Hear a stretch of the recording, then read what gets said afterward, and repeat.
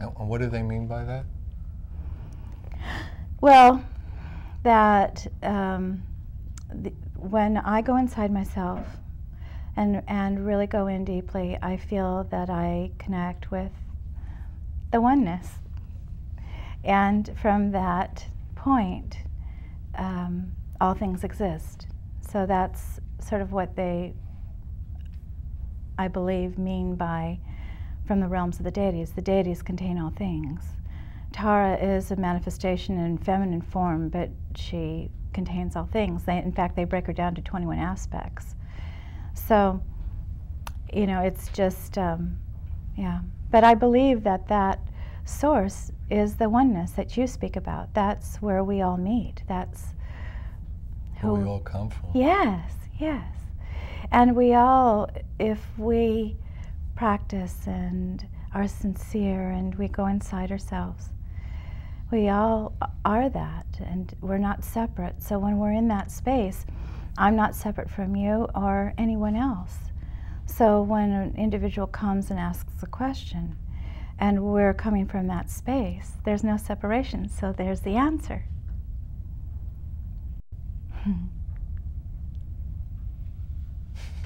Okay, show's over.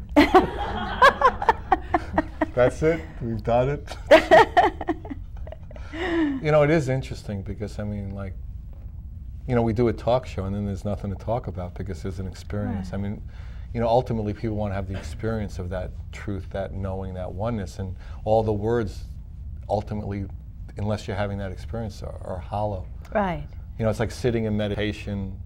You know, you have the right form and your back straight and you're on the right pillow, but you're thinking of the ball game or the whorehouse or, you know, your bills or, you know, whatever you're thinking about. You know, and you know, and then, you know, that's not exactly what people would call meditation. Not most circles, I of course have different. But so, did they teach you meditation techniques to have that experience over and over again? No. No. Well, get out of here! My God. No, not really. But what happens is when I when I would go in, I would just be there. I mean, I would say my prayers. I would hold an intention that all things are in the highest loving context. And then so did they teach you that as a technique? Yes, they did do that. Okay. But there wasn't any really training. In fact, there were several psychics and however you want to label them, that were giving workshops and things. And I would want to go, and always something would happen at the last minute that stopped me from going. And so what I was told then when I'd go into my own guidance is that I wasn't... you got a direct shot. Yeah, so why try to be like this person over here or that person over there when it's just about me going inside myself and learning from that space. So...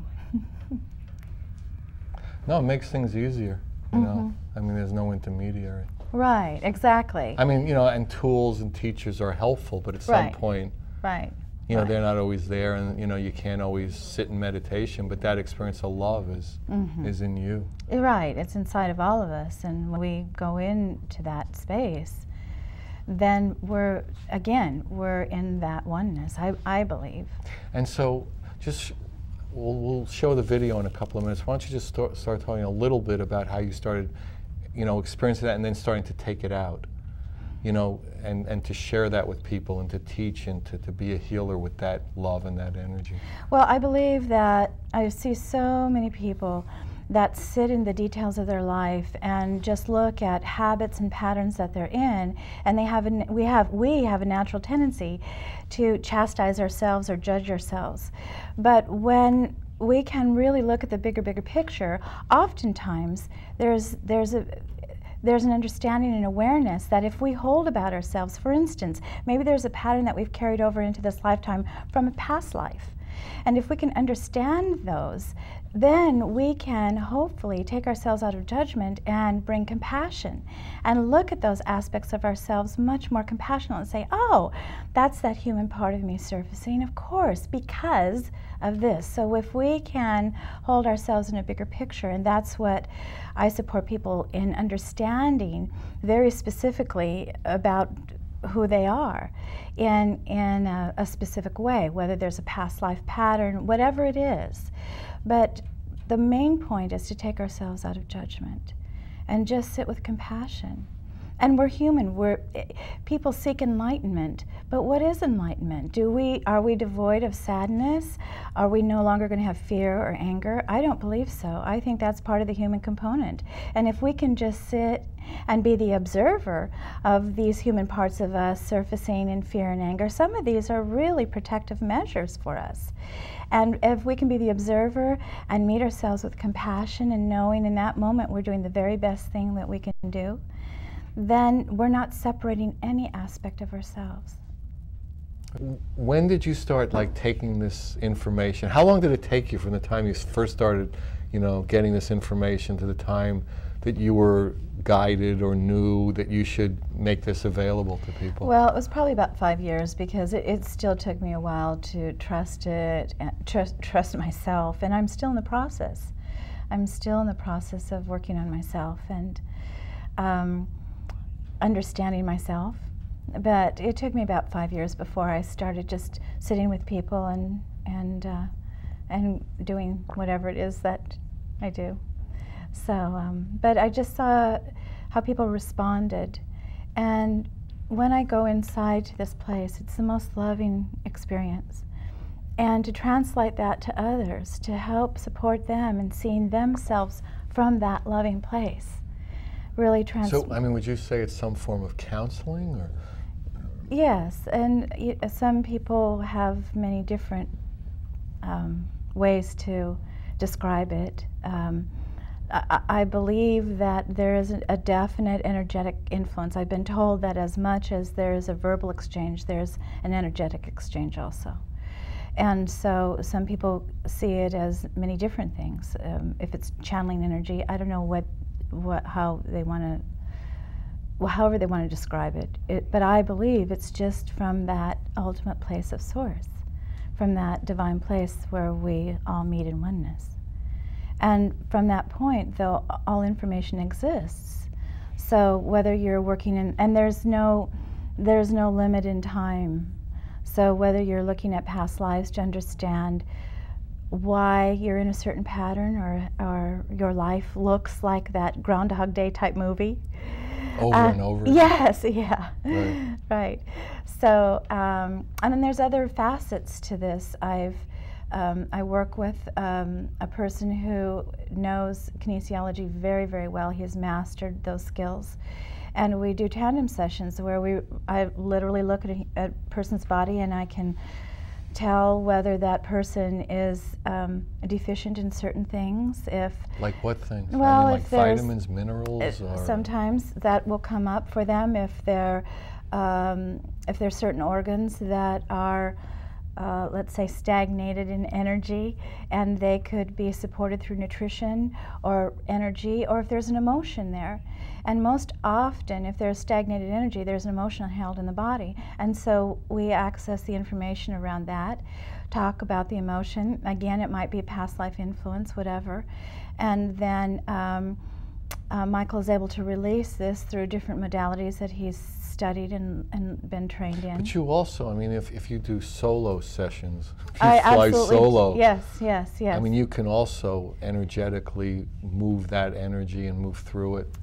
Yes, it's really a different process. It's a dynamic process when we're in the tandem session, because Michael has the facilitating tools, and he also has an energetic quality.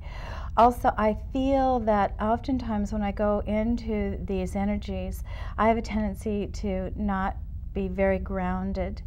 And so he has a very supportive grounding influence, and that translates too. But you also teach workshops. And in the workshops, Yes, there we do isn't workshops. a specific, like healing for one person. There are groups of people. Correct. Correct. And how does that work? What do you do there? Well, we usually just go in and give teachings. We oftentimes they'll just go inside, and there'll be certain teachings about whatever is current in that moment. Oftentimes we're giving teachings around the ego and the egoic structure and what that can look like, what that can feel like, how we experience that, and how we can bring the ego into balance. It's not about wanting to get rid of the ego. It's about seeing that the ego can be in partnership to us. It's not about separating ourselves anymore. And oftentimes I find that people want to say, oh no, I have to get rid of my ego. But that's not it at all. It's to understand that the ego has been a protector of ours, and how we can work with it and coordinate with that.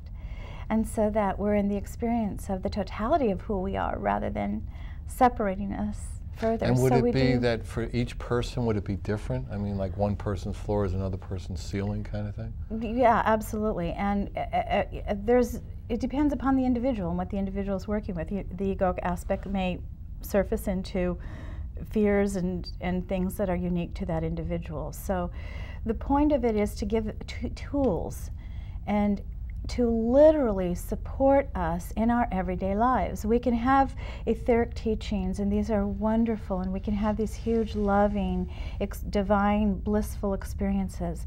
But we're in human bodies, and how do we translate that into our everyday life? Go ahead. Tell all the millions of people watching. I'm sure some of them could use a little hint every now and then in the war-torn areas we live in. That's, yeah. Well, what we do is support in giving individuals tools to use so that when they're in struggle and when they're in pain, they can reconnect with this totalness of who they are. Is there one tool that you could, offer to the multitudes watching Bridging Heaven and Earth all around the world? Yeah. One tool, I just feel that what's so important is that we get out of the judgment of ourselves, and then we can do that and meet ourselves with compassion. As we were talking before, we can spread that to everybody else in our lives. So one tool, it's not a new one, but going in, being the objective observer, watching ourselves, stepping back and watching ourselves in anger or in fear. But what we do is we have to be conscious enough to say, oh, when that starts surfacing, oh, this is fear, this is anger, identifying with that and saying, okay, this is this egoic aspect of myself that's surfacing. And just view it with compassion and love and say, speak to ourselves, speak to that human aspect as though, let's say, God or Goddess would speak to us. God, Goddess wouldn't judge us. God, Goddess would say, oh, of course that human part is reacting because there's just such a limited perspective being held in that moment. And in that, then you release the charge, you release the resistance of that fear or anger, that experience. In releasing that resistance, then it's easier to come from that divine perspective, let's call it. And how do you create that gap? I mean, a lot of times, we're so overwhelmed by our fears and our hurts and our uncertainties, and that, it's not so, it's like the old joke, that's easy for you. How do you have this objective observer? What's the tool to separate out from your fear? And not that I'm afraid, but that there is fear in this human body they call Cathy or Alan or multitudes, whatever they call it, everybody. Well, the most important thing is to remember intent. So if you can just hold intention first, because energy follows intention, and just start holding the intention that we start developing a relationship with ourselves from a compassionate place, that we start learning. So you have to want to, and that has to be like in your heart, that is a prayer of mine, and whether it's a spoken prayer or an unspoken prayer. Right. And if you flub up, the point is not to judge yourself and say, oh, shucks, I missed that opportunity, because believe me, there'll be more opportunities down the road for you. But just start being more conscious. And oftentimes I tell people, there's little pop-ups that they use on the music videos or the shows. If you could just see that, as soon as fear or anger, see it as a pop-up and play with it. Don't be too serious, because then there's struggle in that. But play with it.